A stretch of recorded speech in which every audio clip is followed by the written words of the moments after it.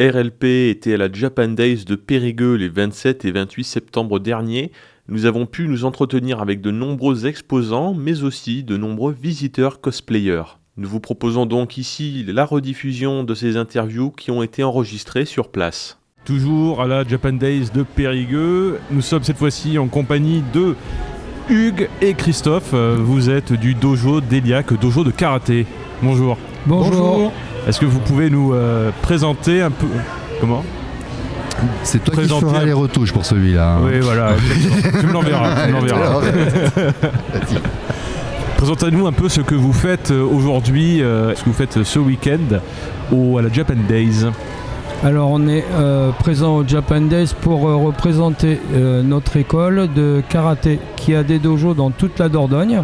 Donc nous on est à Eliac, le Hombu Dojo est à Périgueux et on a des dojos sur toute la Dordogne et toute la France. Bon, c'est une école internationale et on est gentiment invité par Patrice pour venir représenter le karaté pour le volet art martial. Alors c'est un karaté, c'est une branche spécifique ? C'est du karaté traditionnel, non compétitif. C'est du Shotokan, c'est du Wadoryu. C'est du Goju-Ryu. C'est du Goju-Ryu. Voilà. Qu'est-ce que c'est que le Goju-Ryu ? Alors c'est une méthode, déjà c'est ça le plus important, c'est la méthode Shoreikan qui a été créée par Maître Toguchi. Et le Goju-Ryu, c'est la voie de la force et de la souplesse. Voilà, c'est l'unité du corps et de l'esprit au travers de différents exercices et d'une méthode spécifique développée par Maître Toguchi, qui a été l'élève de Maître Miyagi, donc le fameux Maître Miyagi que tous les pratiquants de karaté connaissent et reconnaissent comme le père du karaté. Et donc il s'est développé essentiellement sur l'île d'Okinawa, mais bien avant, ça a commencé en Chine avec les wushu chinois que les Okinawaïens ont importé donc à Okinawa. Et ensuite, Maître Toguchi a créé ce système, cette méthode qu'il a développée partout en Occident. D'abord au Japon et puis après en Occident. Et voilà, c'est une méthode très progressive qui permet à chacun de progresser en respectant son corps, l'intégrité physique et morale de la personne, mais en devenant un très bon combattant au bout de nombreuses années et à une masse de profiter d'un système qui permet de tirer vers l'élite, quoi. Ce qu'on peut produire avec 10 personnes, là, on peut le trier sur le volet, comme c'était à l'époque. 10 personnes très fortes, appartenant à une certaine noblesse, on va dire. Mais là, on peut arriver à l'obtenir avec un grand nombre de personnes et leur donner développer de la force, du courage, de l'endurance, de la combativité et toutes les valeurs qui vont autour.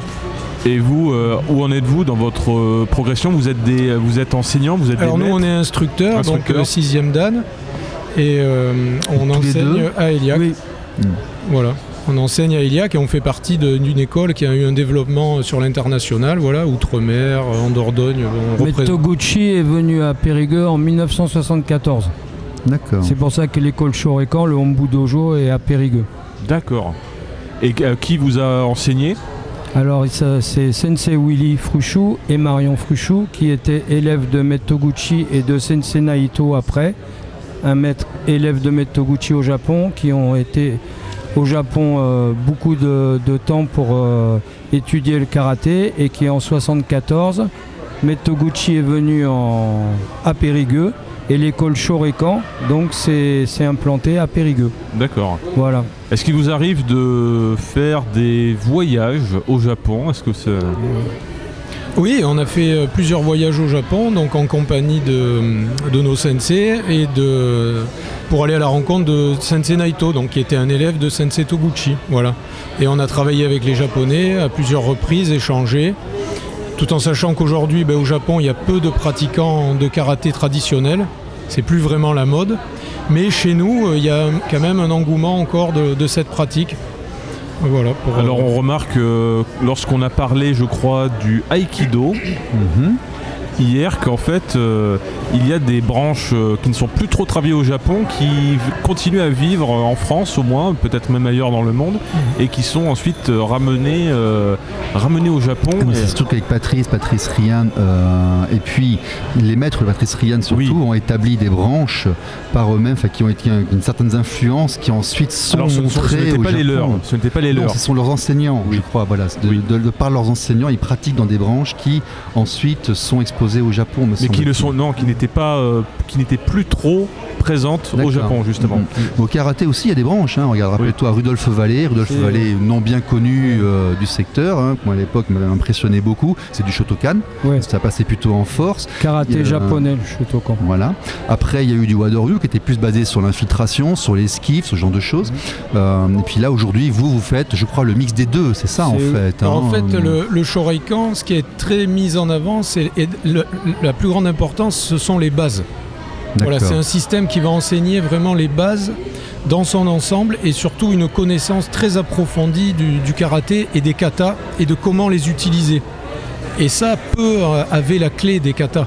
Et ce Sensei Toguchi, justement, et les élèves qu'il a formés, avaient cette culture et cette connaissance qui lui ont été transmises. C'est des gens qui n'ont jamais arrêté, qui ont été professionnels et qui ont un héritage complet.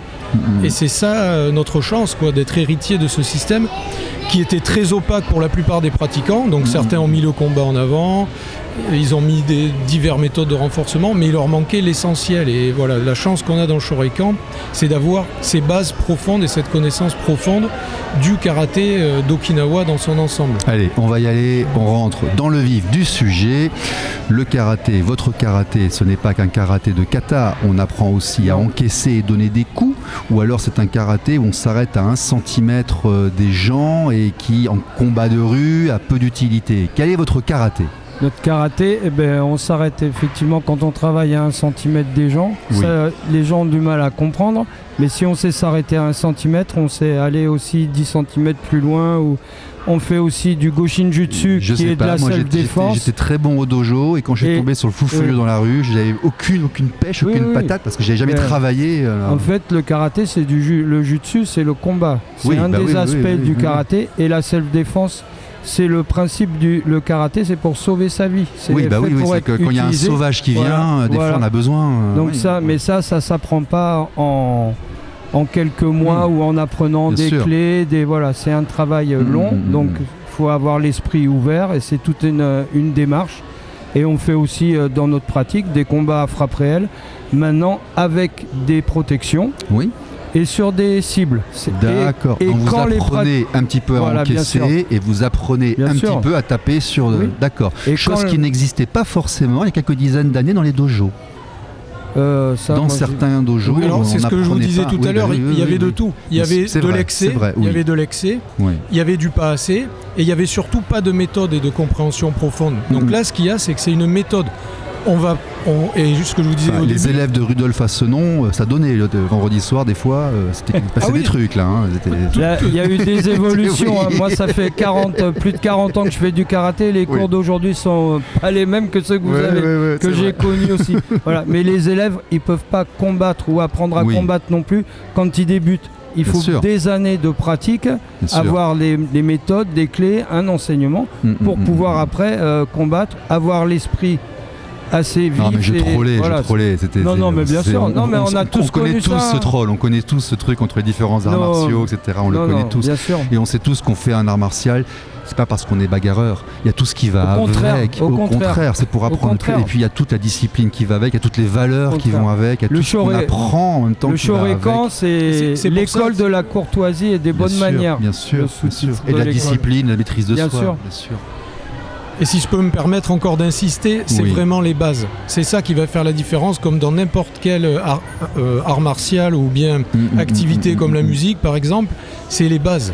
C'est à partir des bases, on peut tout faire. Les gammes. Si les fondamentaux sont bons, c'est comme les gammes, voilà. Bien sûr. Et certaines fois, ça a été occulté, ça, au profit de d'autres choses, qui ne sont pas toujours mauvaises d'ailleurs, mais avec de bonnes bases, on peut aller très loin, même en étant moyen. Non, mais le karaté a su évoluer parce que à tel coup on fait telle défense, mais quand on arrive parfois dans des situations réelles, c'est pas forcément très académique ce qu'il y a en face. Donc il faut savoir aussi s'adapter aux non académiques. Et c'est le génie de cette méthode Maître Toguchi a d'ailleurs été reconnu comme un génie par ses pairs.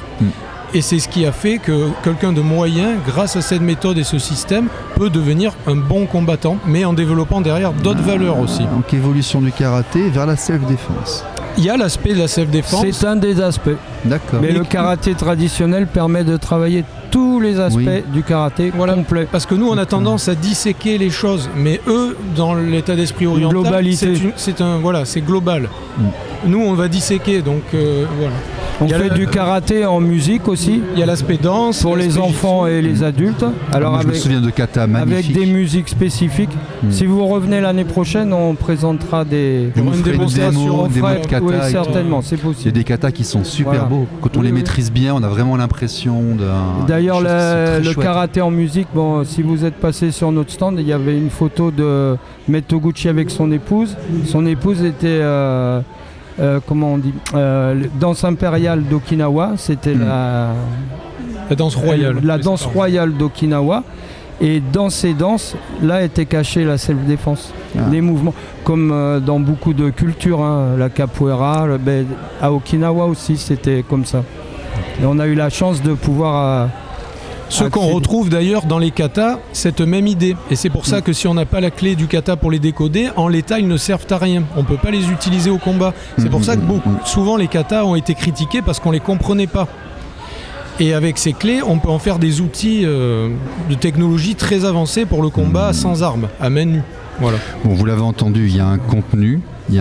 Maintenant on va aller au côté plus pédagogique, plus collectif. Merci. Il y a des enfants qui vont chez vous. J'allais dire, c'est ce que j'allais vous... C'est aussi une école pour les enfants, c'est un complément du judo quelque part. Non, c'est pas un complément du judo, c'est une autre école. Voilà, à partir de 6 ans, les enfants à partir de 6 ans, et vraiment une pédagogie adaptée, spécifique, des cours spécifiques pour les enfants. Par exemple, le karaté en musique, comme je vous ai dit avant. Chouette ça. Voilà, qui fait pour les enfants. Les enfants, évidemment, font pas de combat. Ils apprennent les bases, ce que Hugues disait. La discipline. Après, les cours sont très structurés. La discipline, le cadre, le dojo. Voilà, c'est ça. Et ils ne font pas de compétition. Ils travaillent ensemble. Ils s'entraident, ils s'élèvent ensemble, mais pas les uns contre les autres. Et ils aiment beaucoup ça, ça leur apporte beaucoup aux enfants. Si je peux me permettre, il faut bien comprendre qu'on n'est pas contre la compétition, mais c'est qu'elle est contre l'état d'esprit dans lequel on veut atteindre. On veut éviter de mettre les gens en dualité, en fait. Ce qu'on cherche, c'est la non-dualité, justement. C'est être gagnant-gagnant. C'est travailler ensemble, se renforcer ensemble. Et pas les uns contre les autres, en créant des tensions négatives qui n'ont pas lieu d'être, en fait. Et c'est ce que la plupart des maîtres recherchaient, notamment Jigoro Kano, le fondateur du judo. Il a regretté énormément ce qui s'est passé dans le judo. Lui, il voulait faire des tests techniques entre pratiquants de différents dojos de judo, et ça en est arrivé à la compétition, et c'est un grand regret qu'il a eu. Il a annoncé dans une conférence au Japon. Voilà, je ne fais que citer le maître. Monsieur. Et la self-défense, vous parliez de la self-défense, la compétition, il y a des règles. Self-défense, il n'y a pas de règles. Donc en pratiquant non compétitif, c'est aussi une pratique qu'on ne peut pas...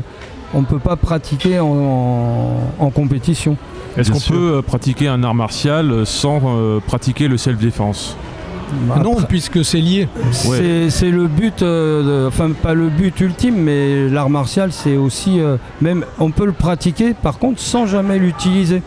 Parce qu'on développe un regard. Ça, c'est l'idéal. Ben oui. D'ailleurs, c'est l'idéal à atteindre. Si on a une vie à peu près normale, il y a peu de chances. Après, on développe un regard particulier, une attitude. Voilà. Une attitude, un regard. On l'apprend dans la sécurité aussi. Oui, d'ailleurs. Ça fait partie de la self-défense. La façon dont vous allez. D'interrompre, bien sûr, de canaliser certaines choses. Je pense au tai chi, est-ce que c'est considéré comme un art martial ? Ah oui, c'est un art martial à part entière. Il y a eu des dérives, mais c'est un véritable art martial très fort s'il est... Et pas toujours lent. Parce qu'on le voit pratiquer presque comme une méditation corporelle. Oui, il y a, mais regardez, vous allez voir, il y a des katas de tai chi, c'est pas une méditation corporelle et lente. Et on fait aussi, on ne fait pas que le karaté. Ça fait partie des boxes chinoises. On fait aussi du kobudo.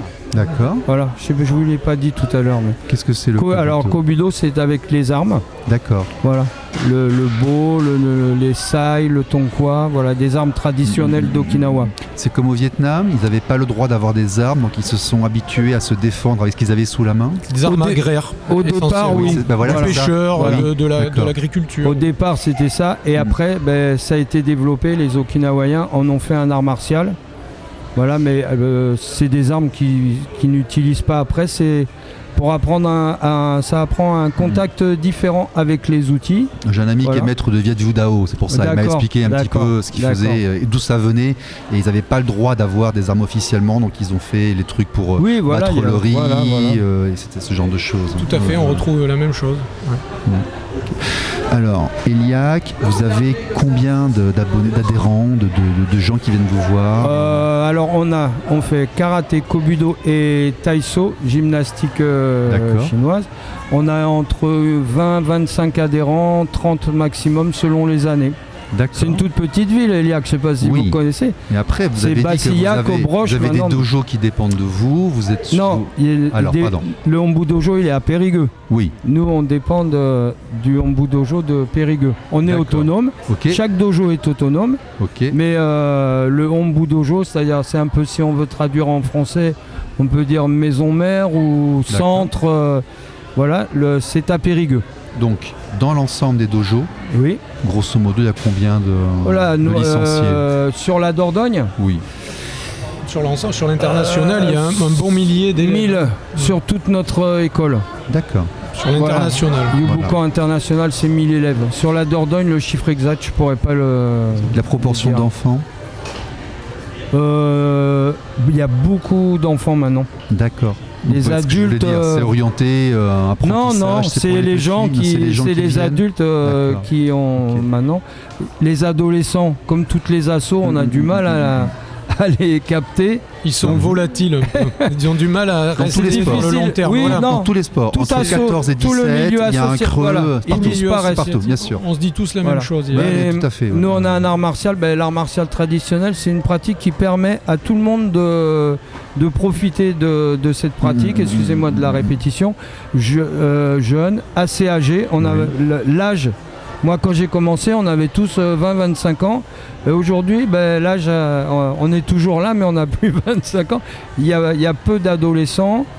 Et dans le Shorekan, il y a une grosse proportion de femmes.